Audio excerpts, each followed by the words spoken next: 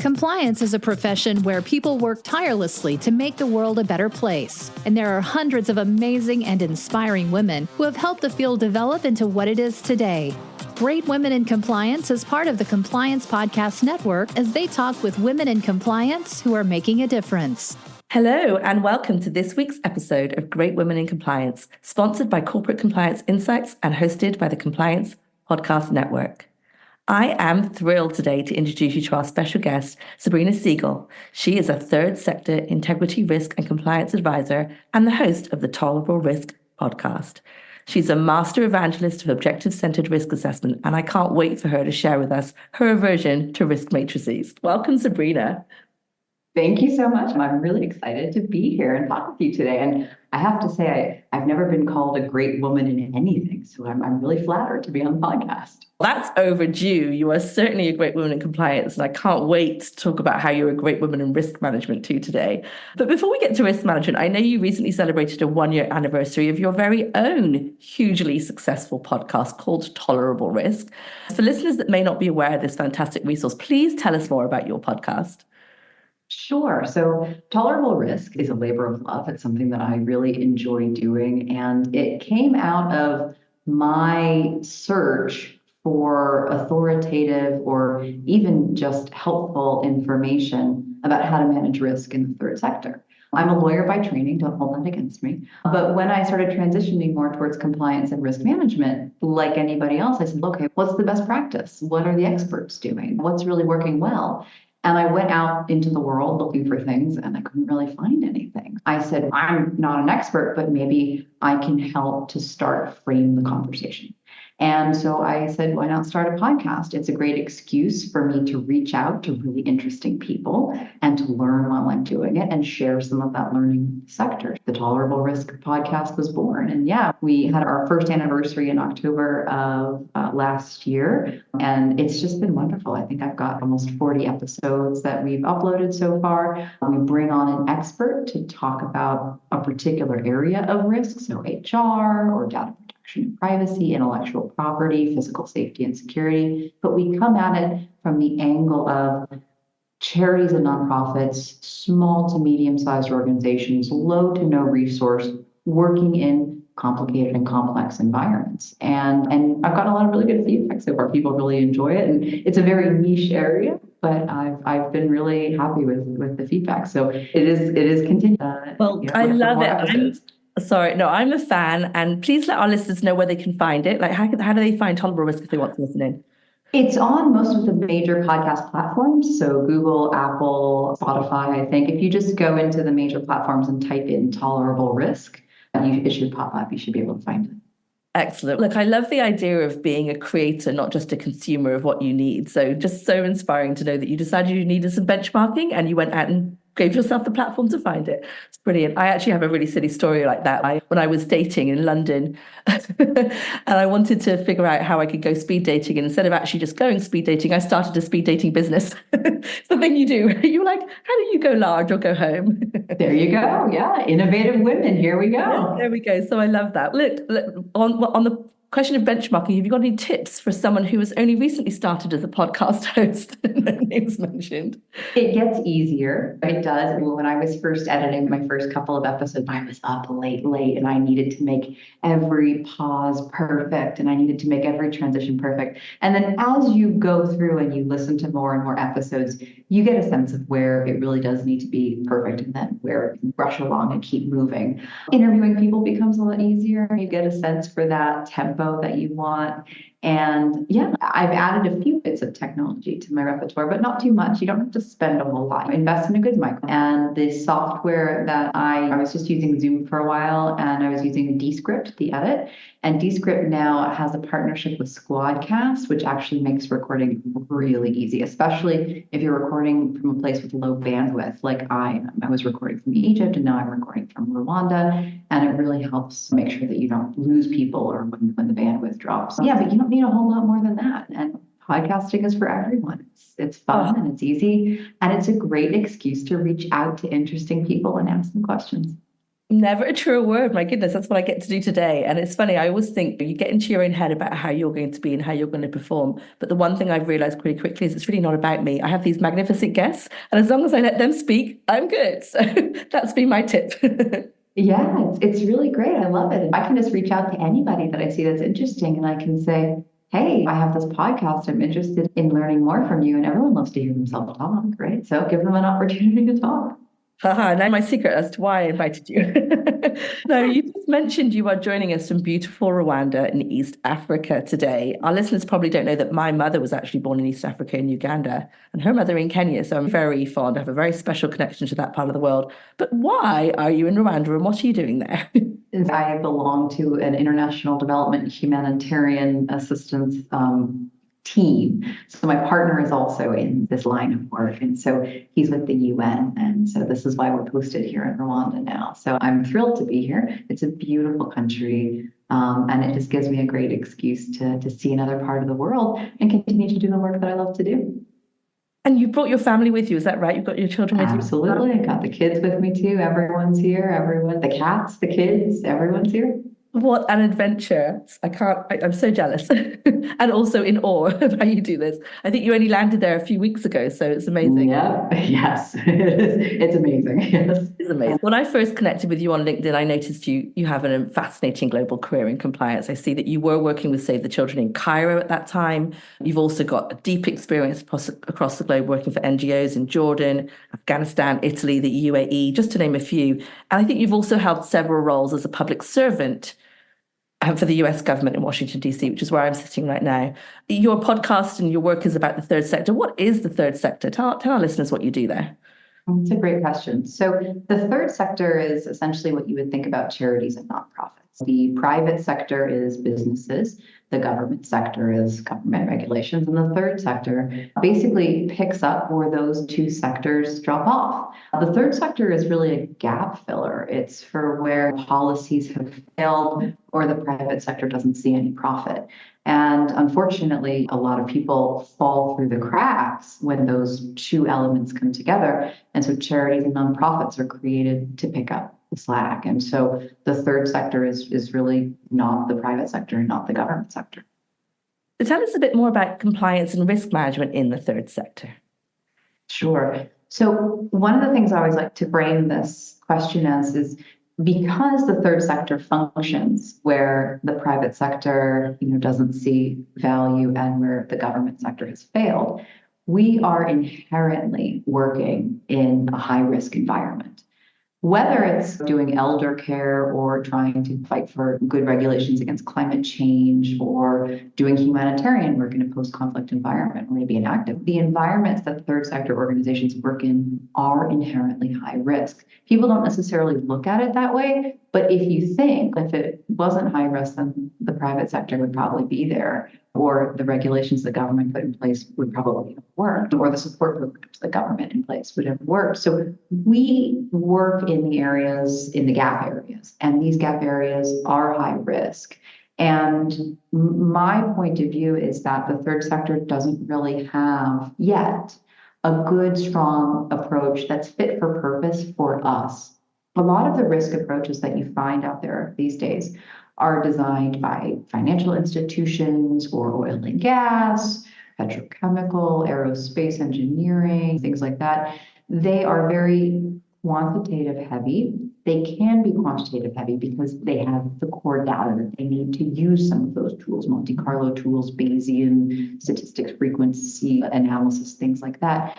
The third sector is very qualitative heavy. And I know people out there might listen and say, oh, no, that's nonsense. You can measure anything. And to that, I always say, look, if I want to run a child and maternal health program in Upper Egypt, how do I quantify the risks in that? There are some elements, sure, that we could quantify, but a lot of it is very dynamic. It's very systems oriented. And again, because the third sector is functioning in these areas that are gap areas, that are by default high risk, we are trying to juggle high dynamic environments with shoestring budgets. As they say, we have caviar dreams on a ketchup budget or something like that. One of the things that I'm working on, and I continually work on, and the podcast has really helped me, is developing more approaches for charities and nonprofits, particularly small and medium-sized charities and nonprofits. The big guys have resources. They can chuck whole teams at compliance and risk. But the small and medium-sized organizations who are genuinely serving under-recognized communities, this is all Greek to them. It's Latin. And they either come at it really trying hard, but not really knowing where to start because they're taking some of these other approaches from other industries and trying to jam it into the charity environment. Or they get completely frightened and they just bury their head and they say, cross their fingers, and we really hope nothing bad happens. Neither one of those is good. What we need to do for our sector is come together and really develop things that are bespoke and work well for us. And I think I've done that in some areas. There's always room for improvement, but risk management and compliance in the third sector is exciting. I really enjoy doing it because my point of view is if I can support organizations to do this well, it means all of their programming is going to improve. If they can better recognize risk, if they can better assess risk, identify it, and manage it, no matter what kind of program they're running, it's going to be better. Whether you're running an education program, whether you're running an agriculture program, whether you're running the local animal shelter down the road, your programming is going to be better if you can do this well. And so I really enjoy this area because I see my work like a rising tide, right? It floats all boats, not just one or two different programs. Compliance is a whole other story. I'm happy to talk about compliance with donors and all of that, but really this is the risk approach that I have. No, let's stick with the risk approach. That's exactly where I want us to go. And it's funny, as I hear you talking, lots of things are going off in my head. Firstly, yes, you've got deep experience in the third sector. There's a unique high risk and a unique unmet need. It's uniquely under-resourced.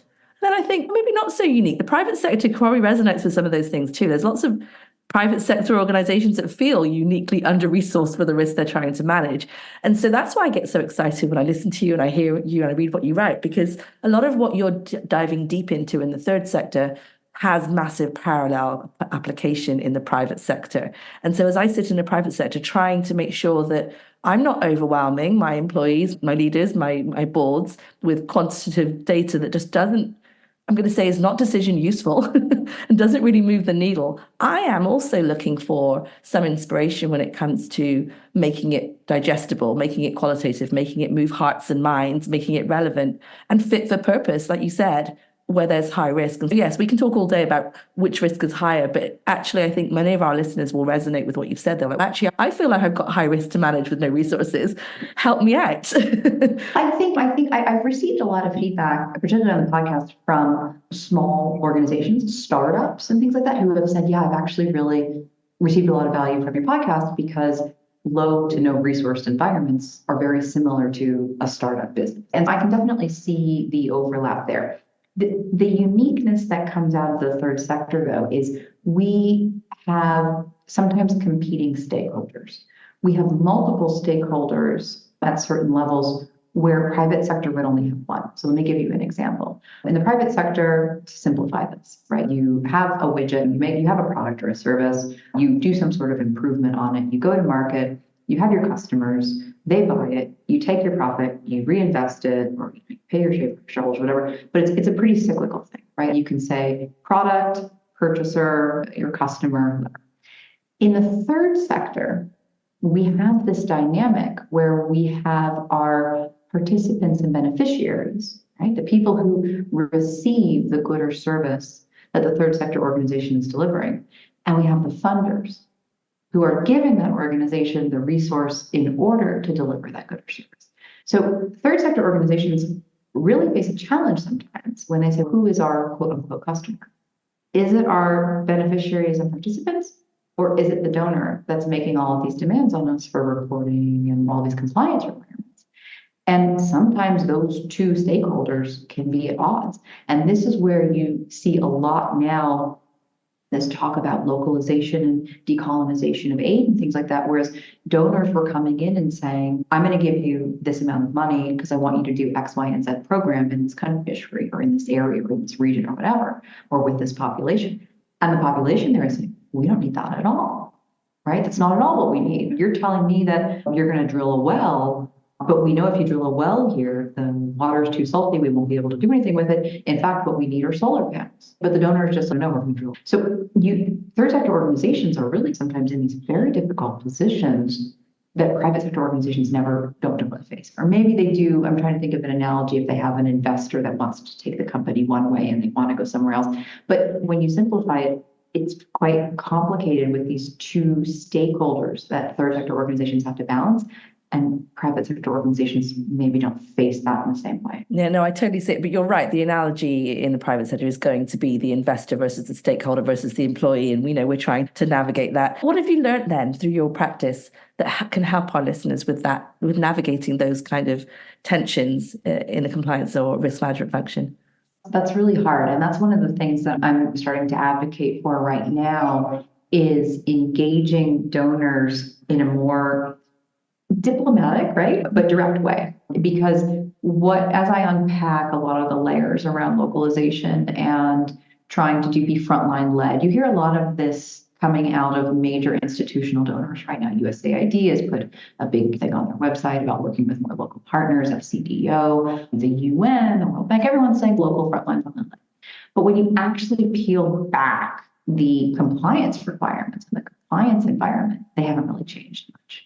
If you're a small organization, that's great. You're still going to have a pre-award survey with 2 auditors that are going to come into your organization and ask for 342 different things. Right. And that's really overwhelming for a small organization. I think that if we genuinely want to have systems change in this area, the donors need to come to the table and be willing to move, because right now they hold all the power. Let's talk about power shifting and all this. It's great, but they still hold all the power. They're still the biggest kid on the block. Now, that being said, I did work with USAID for a while, and I understand the pressures that they're under. For example, in the US Congress right now, you have a whole faction within Congress that would love nothing more than to shut USAID down because they don't see the value in overseas development. And so that puts USAID in a really tough spot, particularly around compliance, where if they have a big, fraud problem or funding problem or things like that, faction of Congress is just going to wave that around and say, see, look, this is why we should take their budget away. And so they're very sensitive to that as well. I think over the years, these compliance requirements have just been layered and layered and layered, and they're very heavy for organizations. And now it's just the really big guys, the big INGOs, the bigger private sector organizations that can afford to fund these massive risk and compliance divisions along with their programs. For some of the smaller organizations, their compliance teams are bigger than their program implementation teams. Something's wrong with that. Something is wrong when we have that happening. That's not a good use of donor funds, right? We want to get funds out to the beneficiaries and participants. If you are trying to fund a team who needs to write reports every 2 weeks, is that really helping anything? Or is that what I like to call risk theater? Is that compliance theater? Yeah, no, I love that self-reflective, risk-centered question, like coaching question. What should we be doing differently? Why are we still doing the things the same? And how can we be strategic and efficient with the resources we've got? I know that's really near and dear to your heart when you talk about objective risk-centered risk management, and we're going to get into that. It's one of my favorite topics. I think one of the things you mentioned was diplomacy, right? You have to be diplomatic to navigate those tensions. And one of the things I love about objective-centered risk management is you're speaking in the language of those that have the objectives. You're starting to talk with them about risk rather than at them about risk. Tell me a bit more about how you came to objective-centered risk management. And as I say, you're the master evangelist of it. I can't wait to hear your background in this.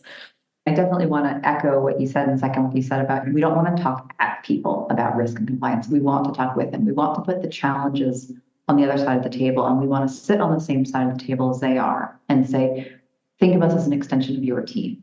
We all want to achieve this objective. We're here to help you. We're not here to slow you down. And that's really refreshing to a lot of people, especially when your typical risk and compliance office acts a lot like a typical legal office. It's the office of no, right? And that never helps anybody. So I second that. So how did I come to objective-centered risk management? I'm a master evangelist, objective-centered risk management for the third sector. But my mentor, Tim Leech, is probably the master evangelist of objective-centered risk management. He developed this approach decades and decades ago now for the private sector. His approach is quite robust and has a lot of moving parts to it, all very valuable, all really centered on kind of his focus is purpose, right? Board purpose, organization purpose. What is the purpose? What are your, again, for the private sector, high profit margin objectives, and how do we then work our way up from that? So when I was doing my research early on about what's the best practice in the risk sector, what are people doing, I came across Tim's writing and read a lot of his articles and followed him online and had an opportunity to just sit and talk with him and say, look, I'm trying to take what you're doing and put it to the third sector. What do you think about that? And we've had so many wonderful conversations, and he's helped me out so much.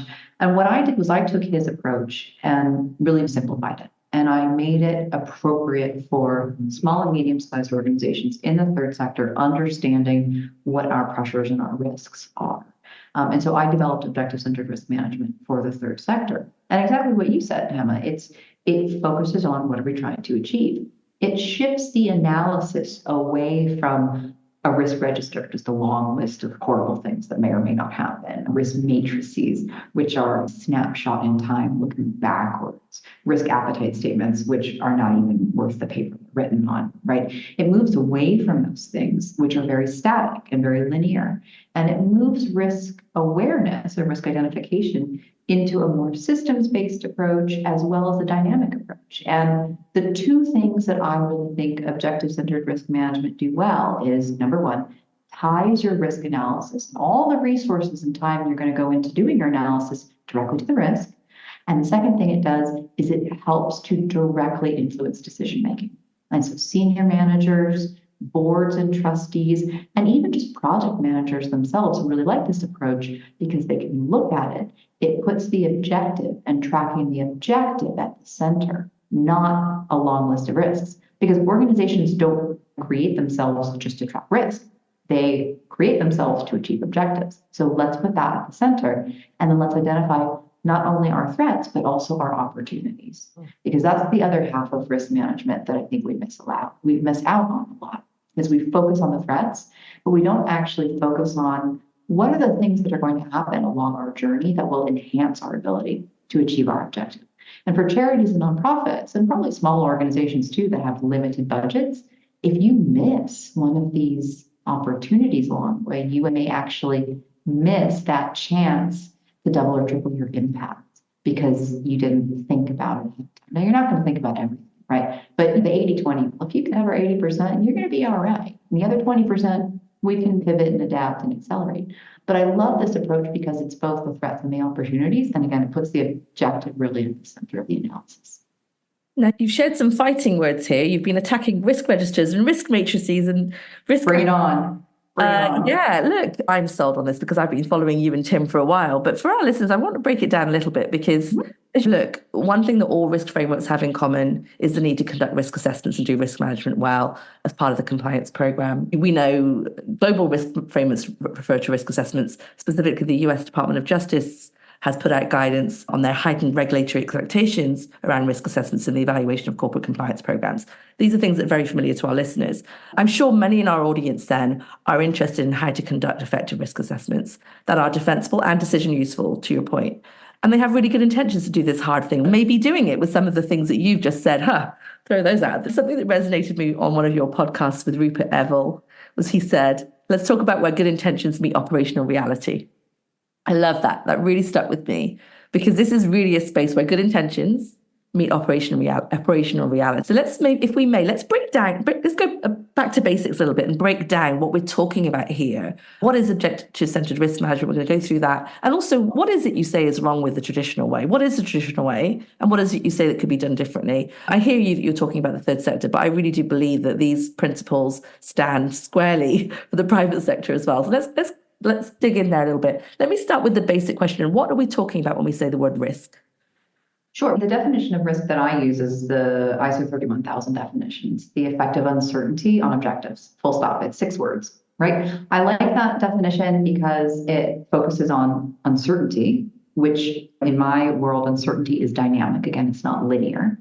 Objectives, which is where I want to start. And it's also quite neutral. It's not negative or positive, right? It's not, please tell us all the horrible things that might happen.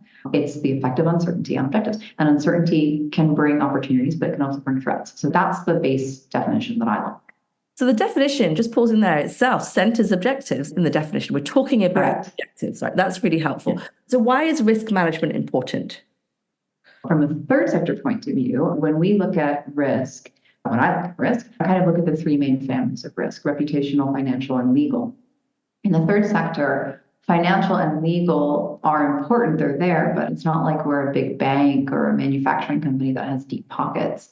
If there's a financial or a legal problem, the charity will probably just fold. So the biggest risk we have is reputational. If an organization's reputation is damaged, not only do you lose that connection with funders and donors, which is the first thing everybody thinks about, but what I also think about is you lose that connection with the under-recognized community that you're trying to work with, right? If your reputation is damaged because of a safeguarding problem or a child protection problem or a harassment problem or something like that, if you're going to lose trust with that community, you're going to lose access to that community, and then the whole purpose, right, of your organization is going to be thrown into shambles. Risk management, in my view, is really important, not only to protect the organization from those very traditional points of view, but also to improve your programming. We want to make sure that we're looking out, we're scanning the horizon, we're thinking through where might some of these potholes and speed bumps or even brick walls be, so that we can find a way to adjust around them and continue to deliver high impact programs for the beneficiaries and participants.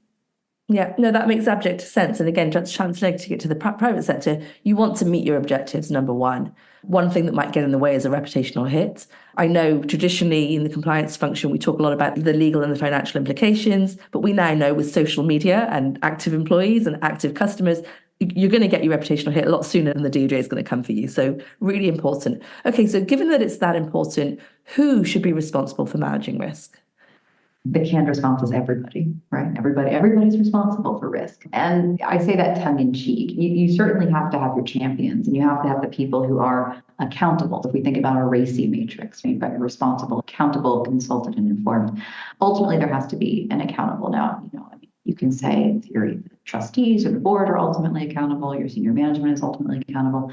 For organizations that are large enough, they're going to have a person or a unit that's there. One of the things on a side is I hate the titles. I hate chief risk officer or chief risk management director or whatever. If you put the word risk officer or director or something like that in a title, what you're communicating to everybody is that this person or this unit is responsible for managing risk, and we can put it all on them, and there's nothing that we need to do, right? And so I always advocate that these teams or these individuals have an additional qualifier, and it's risk support services or risk advisory team or something like that, because what you're then positioning that risk team to be is exactly a support service, an advisor, somebody that all the other teams, whether you're IT or marketing or fundraising or program development or widget design or whatever it is, can call in and say, I want to make sure we're doing this the right way, and I want to make sure we're not going to fall down a hole while we're trying to do it. So really positioning that team to be a support service, and then making sure that they're building those bridges into every single other part of the organization is vital. I can tell you some examples from my own background is in the third sector right now, more organizations are starting to bring in these roles, right? Or bring in these teams as the compliance requirements from donors get heavier. It can be hard for these teams to integrate across the rest of the organization, especially if it's new, because sometimes these teams view the risk role or the compliance role as getting into business, right? And the way that I like to describe it is this, is I don't want to come into your backyard and pitch a tent, and I have no interest in doing your job. But in order for us to work together, my toes have to be slightly across your fence line. I have to be able to understand what you're trying to achieve, and I have to be able to give you guidance on how to do it.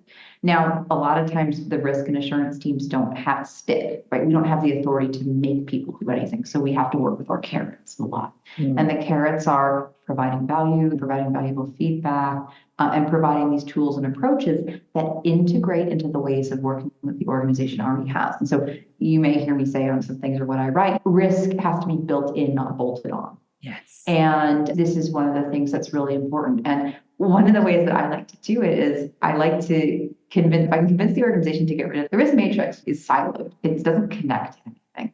And teams hate these things because once a quarter, they have to pull it down off the shelf, blow off the dust. Somebody argues about whether something should be yellow or red or a 5 or a 4.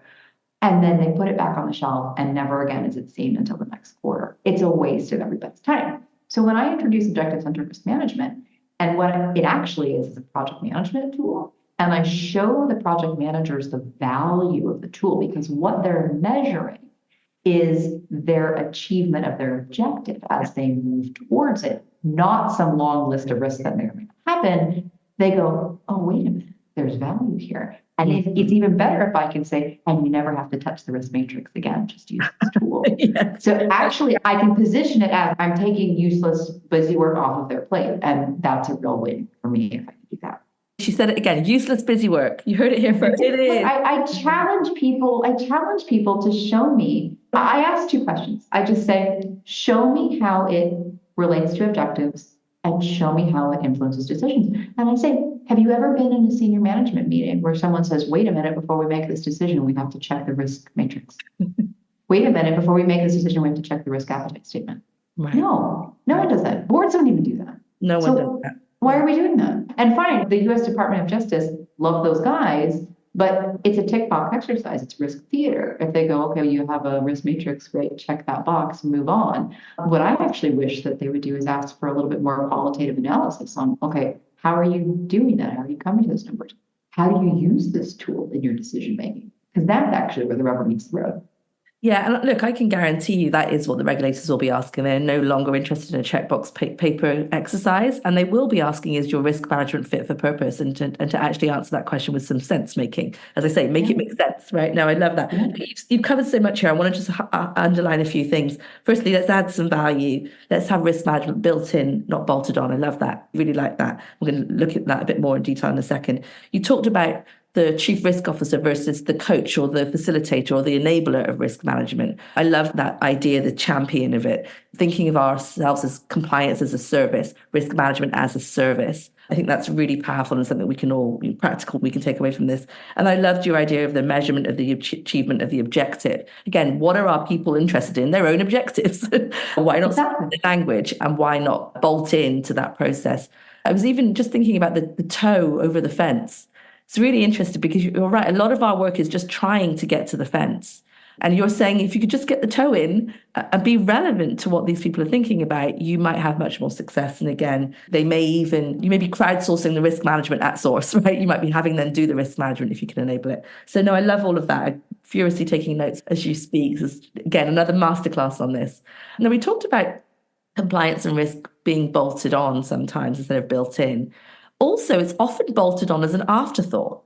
So very late in the day. And I think that might be why we get this perception of being the speed bumps, the annoying obstacles, the cost center, as if we were designed to slow the motion down. So tell me a bit more about that. I'm very uncomfortable with that persona, that perception. I'm always trying to disarm that, want to make risk relevant. I know that's also one of Rupert's talk tracks, making risk relevant. But how does objective-centered risk management help us be bolted in earlier on? It's a great example. I have a story that happened a few times where you're doing risk for an organization and the resource mobilizations, like the fundraising team or the product design team, you get an email at 4 o'clock on a Thursday and says, we have to submit this proposal tomorrow to the funder.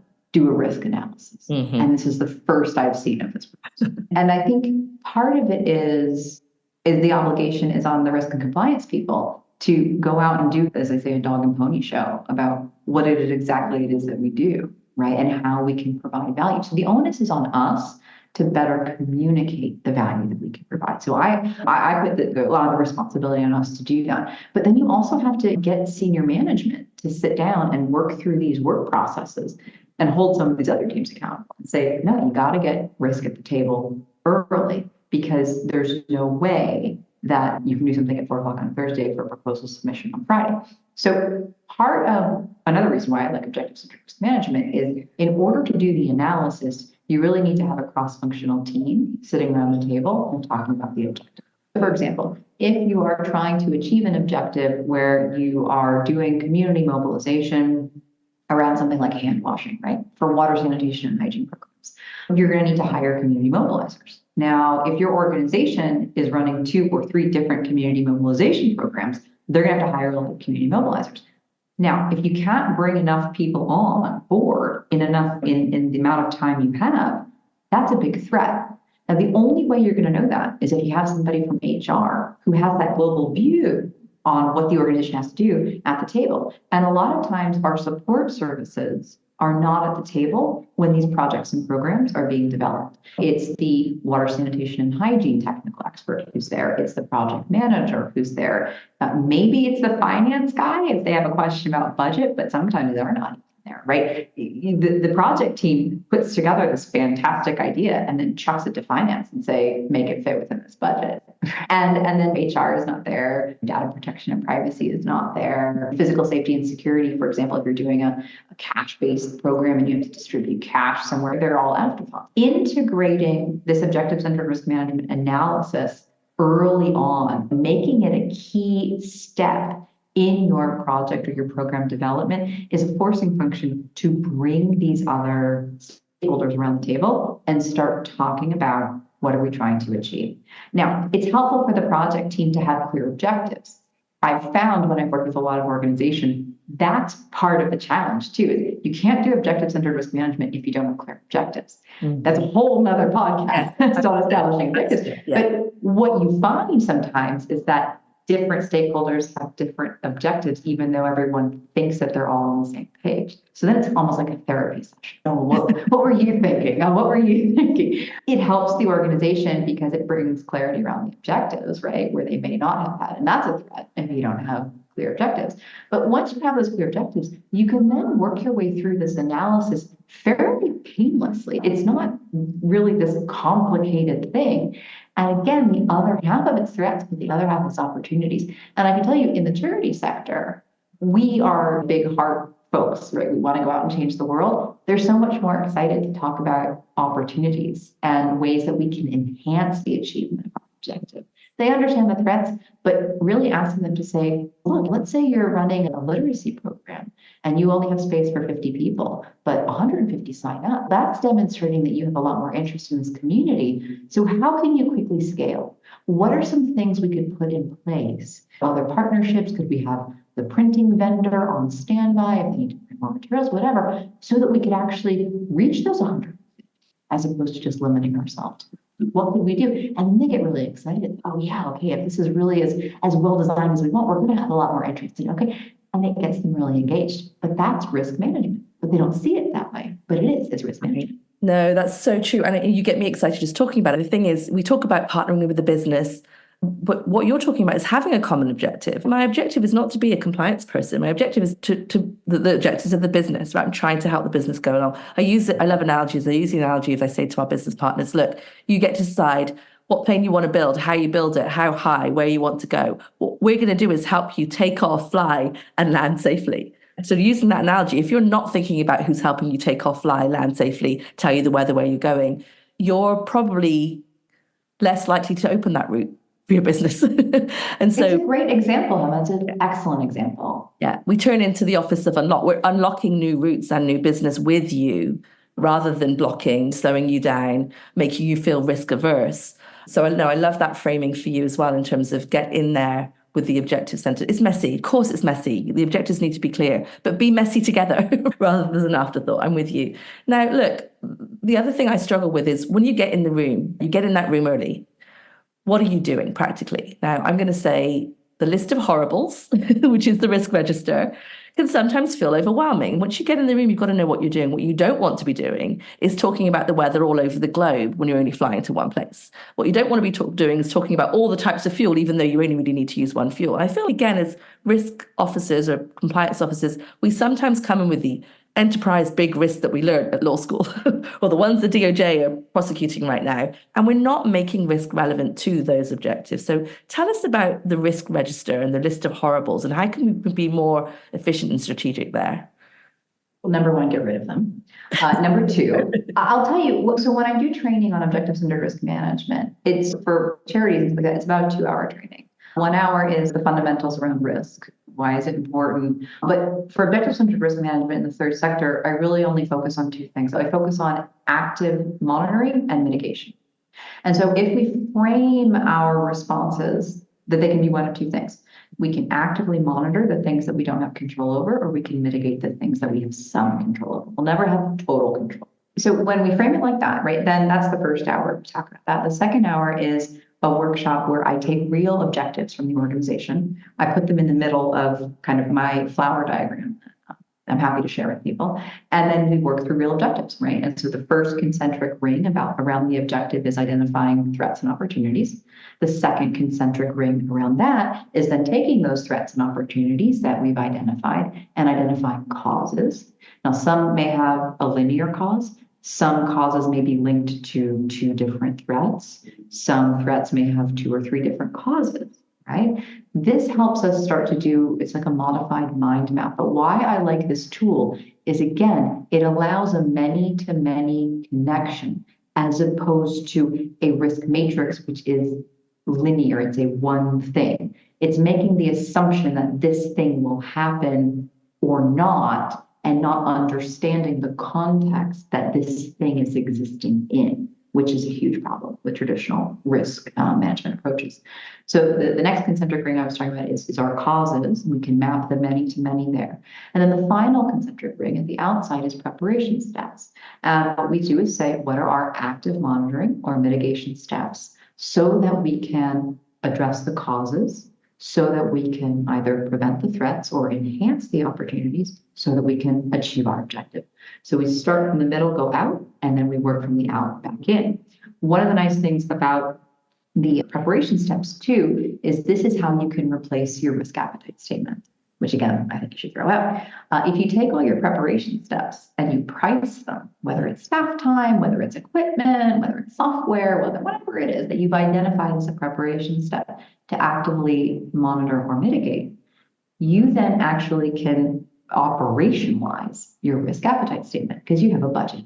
You go to your decision makers and you say, hey guys, we did the analysis against this objective. These are the resources we need, go, no go. And it makes it real and connects it to decision making. It's not this nebulous statement that is written on a piece of paper that's written against a hypothetical fact pattern. It's really against the objective that you want, and it gives decision makers real data to make a decision against, again, through a risk lens.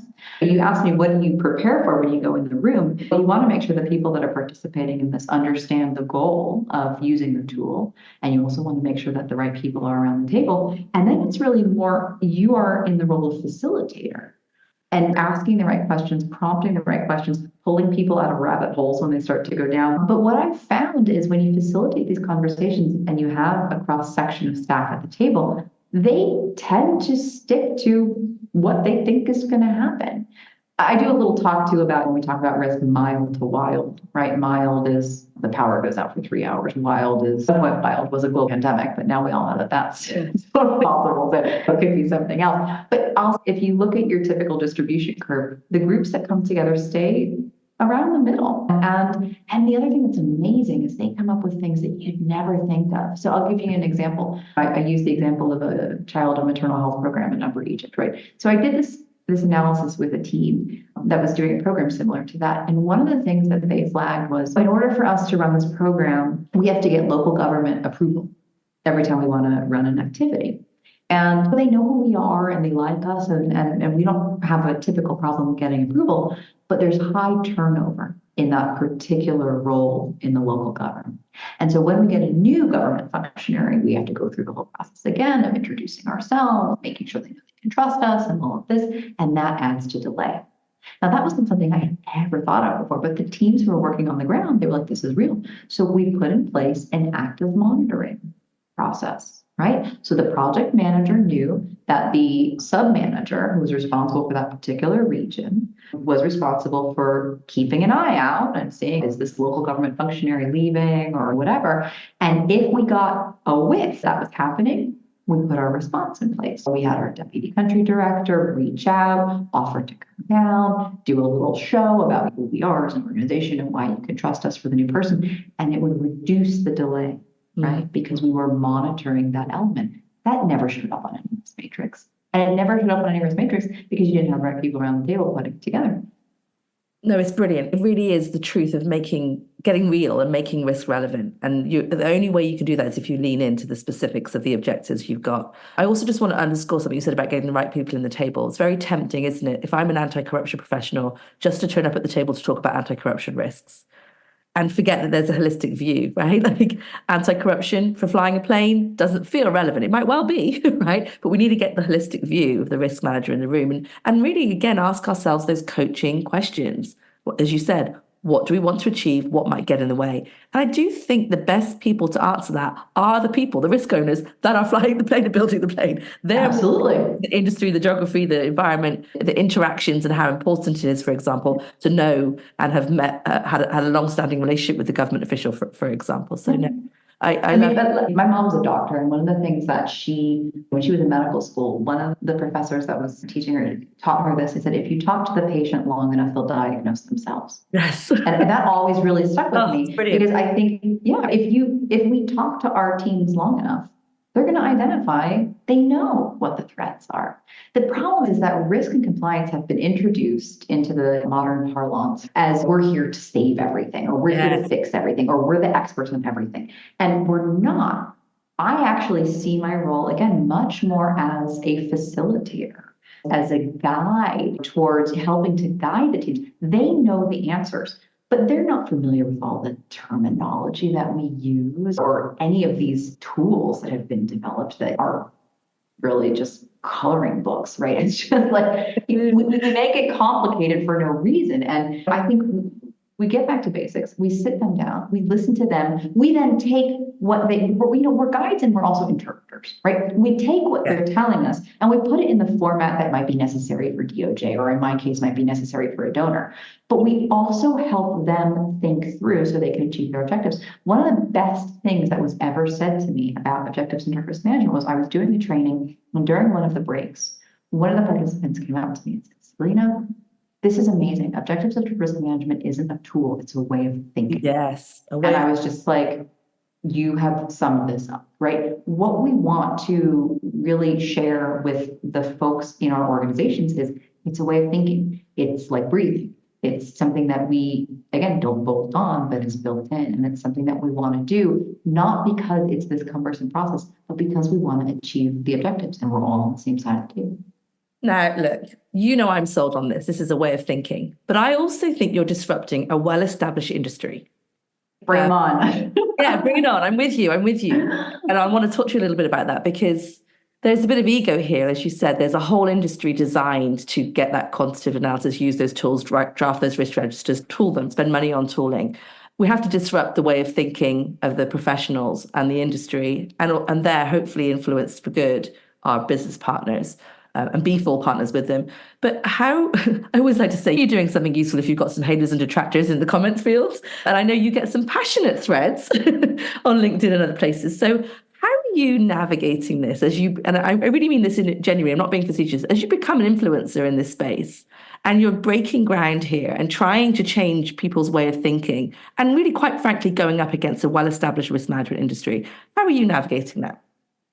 I don't necessarily consider myself an influencer. I don't even have a TikTok or a Snappygram or whatever the kids are on these days. If I'm an influencer, it's a very niche area. But look, I love the pushback. You know why? Because it just makes me better. It challenges my thinking. It highlights weaknesses, right? And it allows me to improve things. So I love it. The quantitative team quant versus team qual. One of the things that I've learned being in this sector is never the two shall meet, which is unfortunate because I actually think that blended approaches are going to serve everybody the best. Right. I think that to answer your original question is what do I do coming up against an industry that is based on this?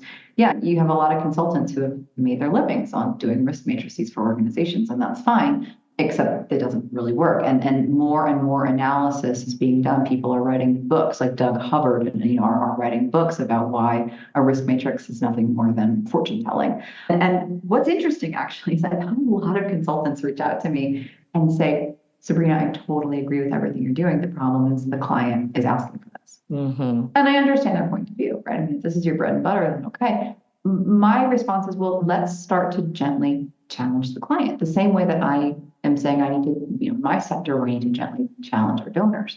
I run into this a lot with boards. If I'm brought into an organization to recommend a different way of doing risk, sometimes you'll have a member or two on the boards and risk matrices are their security blanket. They just don't see any other way of existing with that one. And what I say is, look, I say, okay, if you trust me enough, sometimes they don't trust me enough, let me do objective-centered risk management for a couple of quarters alongside your risk matrix, okay? And we'll do both. Now, it's more work for me, and it may be more work for the team, but we'll do both. And what we'll do each quarter is we'll ask the same two questions. How does each one of these relate to objectives? And how does each one of these support your decision-making? And usually by the second quarter, they're like, yeah, okay, I see the difference, right? It's non-threatening, isn't it? It's non-threatening to say, what you've got, let's pilot this. Exactly. It helps if you find a champion on the board who is open to this and sees the value in it. But yeah, you have people who just like to regurgitate what they find about risk matrices and red, yellow, green and impact and likelihood and all of that. And it's easy for them to parrot it back because it's been around for so long. But when you actually just scratch the surface, it's not really useful at all. I think the thing is, if you research the history of risk matrices, which I'm doing right now because I'm a big nerd and I'm also doing a doctorate in this area, they were originally created with a lot of quantitative analysis behind them. But because that quantitative analysis can be intimidating and confusing for people who don't understand it, it got watered down to this multiply your impact times your likelihood, which if you really think about it, you're multiplying apples and oranges to come up with some number. And these two items don't work like that. And so it's been watered down over the years. I think, look, if people are doing what the original intent of the risk matrix was, I think there's some value, but no one's doing that anymore. No one's doing that anymore. And so I think it's been corrupted, and I think it's time to move on from it. And fine, come at me. I'm great. But to go back to the quantitative thing, I think quantitative tools are great. The challenge in the third sector that I have is, in order for a quantitative tool to be really valuable, you need to be able to be putting clean and verified data into it. Now, I know, again, to mention Doug Hubbard, who's got a lot of information out there about how to measure anything, how you can use quantitative methods. You can do Monte Carlo simulations with a small amount of data. That's great. But he also talks about how when you bring your experts in, you have to calibrate them and all this stuff. This is not something that the third sector has any idea about. While I respect the quantitative folks out there, and I do think that there are ways that you can measure things with a limited amount of data, I don't think the third sector is there yet. I want the third sector to get there. One of the projects that I'm working on is trying to develop something called a data trust, where organizations can feed their project management data into a neutral database that's run by a neutral third party. And then we're able to query that database using some quantitative tools to get better advice and guidance on risk management around projects, whether it's through a thematic lens or through a geographic lens, whatever it is. But the challenge we're facing right now is we just don't have the data to run some of those tools against project management. We have a lot of data around impact. How many blankets did we hand out in the humanitarian crisis? How many girls do we have in school? What's the literacy rate? How is that improved? Things like that on impact. We don't have a lot on the operational side, which is where risk sits. And so we need to improve that if we want to use quantitative tools. No, look, I agree. What I hear you saying, and I'm laughing because I remember your comment in one of your threads, poop emoji in, poop emoji out. Crap is what it is. Like if I put my finger in the air and I say, this is the range for whatever, and I do 3,000 Monte Carlo simulations on an Excel spreadsheet, that's great. And maybe my range will be in, but what's my reliability? Correct. And look, again, you said it, the dusty risk register matrix was created by a couple of people in a room that probably weren't anywhere near the business. It was probably some of us risk officers guessing at impact, guessing at likelihood, giving a number and then putting, like you said, coloring it in. So I'm with you. No, look, I love it. I wish we could hopefully we could spend more time on this anyway, but I know we're going to run out of time here. I did want to, you mentioned your doctorate. I know you were studying at the University of Bath, which is, again, very dear to me because it's a stone's throw away from my hometown, Bristol, in England. But I was going to ask you, you've talked a little bit about how it shaped your views on risk management, but what's the most surprising thing you've learned from your research? Full disclosure, I've just started it. I'm in the beginning of the process. I think one of the things that is helping me is this kind of more rigorous academic approach is helping me identify my positionality. I'm very passionate about this, as you can tell, and I'm up to my eyeballs in it because this is the sector that I work in. But it's really helping me, force me to step back and look at things objectively. And that has been a real blessing because it's helping me see other pathways or other solutions or other ways of looking at this challenge that I may not have seen before. And so I'm really appreciative of that. When it comes to the heavy duty kind of research around risk, to be honest with you, it's giving me an excuse to read all of the books that I've been wanting to read around the history of risk and different ways of doing it, but I just could never justify it. For example, I found a book written in 1921. It was a pamphlet about risk and investment, and it was how to manage risk when it comes to investments in the stock market or financial investment. But it's really one of the first books or pamphlets or treatises that was written that sort of formalized the concept of risk. Looking at it that way, being able to come at it from the history. One of the other things that I'm doing, which everyone always laughs, but I see is I'm planning on writing a paper about why we as humans are interested in risk management. Why are we interested in trying to foresee the future? And so I'm going to be doing an analysis on things like tarot cards and rune stones and palm reading and saying, where does that, because we're trying to tell the future, right? We're trying to predict the future. Pharaohs were trying using Noah's. But what is our push to do that? And how are some of our modern tools no better than palm reading? And the risk matrix is one of them. But we're still driven to try and do that so that we can control the future. Brilliant. I'm so jealous of you being a doctoral candidate because I know what you mean. You get the excuse to really dig deep in things that you're curious about, but who has time to read about 1920s risk management? As I also have a PhD, or I have a PhD, and I'm going to tell you, it's much more fun being a doctoral candidate than it is having a PhD. Having a PhD is nothing, but working towards it is a lot of fun. I'm going to come full circle with our conversation here because my PhD was in law and war. I was also curious about the big problems. I was like, how does law help with war, the big problems? And it was actually very much centered on Rwanda in the 1990s and the Yugoslav wars. I've got a question for you, which is very off topic, but you're there and you're going to be living there and you don't have to answer it today. But I would love to know your take on what is the role of lawyers and compliance professionals like yourself in restorative justice and breaking the cycle of vengeance. Just a small question to end with. Yeah, this is a small question to end with. Look, I think like a lot of things that we talked about today, when it comes to breaking the cycles of vengeance and restorative justice, it comes down to people and it comes down to their points of view. And objective-centered risk management is exactly the same way. We get the right people around the table, the answer is going to come out. It's going to be hard for what the topics that you're talking about. It's a lot harder because we're not just talking about achieving a project objective. We're talking about people's lives. We're talking about affecting their family members. We're talking about displacement. We're talking about death. We're talking about violence.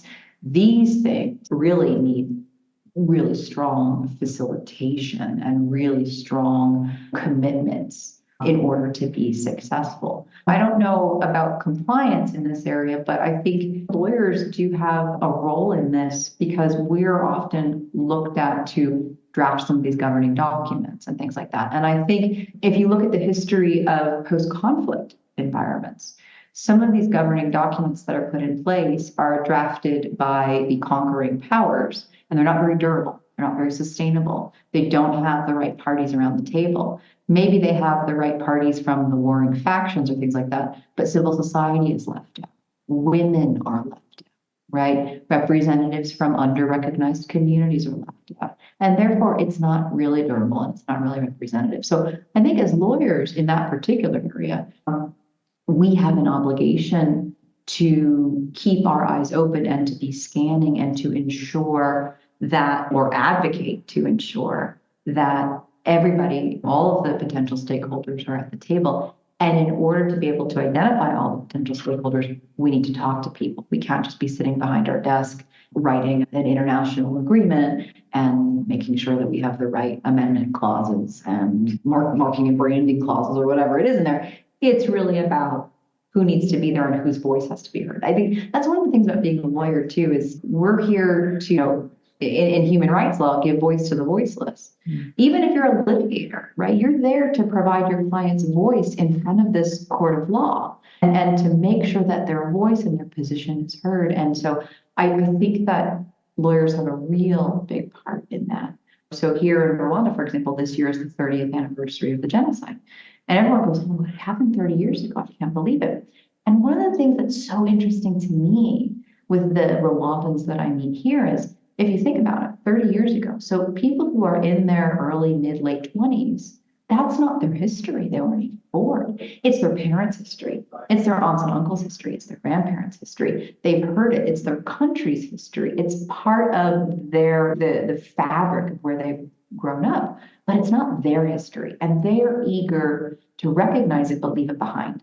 And so what you see here in Rwanda right now is so much innovation and so much passion and so many young people who want to make their country better and want to improve their country and are proud of their country and want people to come to their country. And that's a really amazing thing to see 30 years on from the post-conflict country.